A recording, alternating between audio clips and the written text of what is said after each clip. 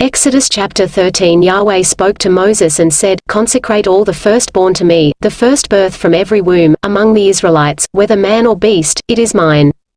Moses said to the people, "Remember this day, on which you came out of Egypt, from the place of slave labor, for by the strength of his hand Yahweh brought you out of it. No leavened bread may be eaten.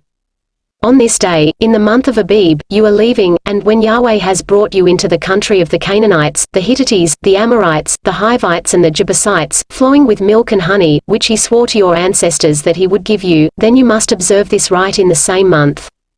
For 7 days you will eat unleavened bread, and on the 7th day there must be a feast in Yahweh's honor. During these 7 days unleavened bread may be eaten, no leavened bread may be seen among you, no leaven among you throughout your territory.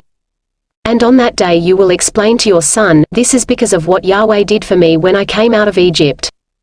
This will serve as a sign on your hand would serve, or a reminder on your forehead, and in that way the law of Yahweh will be ever on your lips, for with a mighty hand Yahweh brought you out of Egypt. You shall observe this law at its appointed time, year by year. When Yahweh has brought you into the Canaanites' country, as he swore to you and your ancestors that he would, and given it to you, to Yahweh you must make over whatever first issues from the womb, and every firstborn cast by animals belonging to you, these males belong to Yahweh.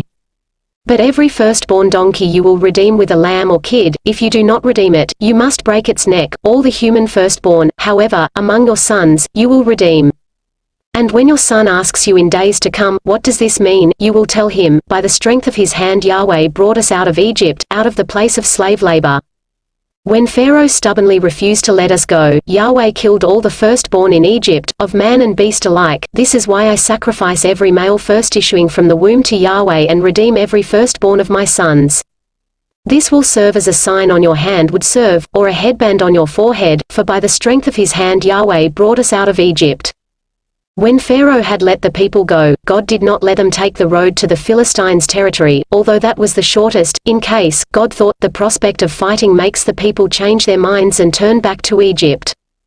Instead, God led the people a roundabout way through the desert of the Sea of Reeds. The Israelites left Egypt fully armed. Moses took with him the bones of Joseph, since Joseph had put the Israelites on solemn oath with the words, "It is sure that God will visit you," he had said, "and when that day comes you must take my bones away from here with you." They set out from Succoth and encamped at Etham, on the edge of the desert. Yahweh preceded them, by day in a pillar of cloud to show them the way, and by night in a pillar of fire to give them light, so that they could march by day and by night. The pillar of cloud never left its place ahead of the people during the day, nor the pillar of fire during the night.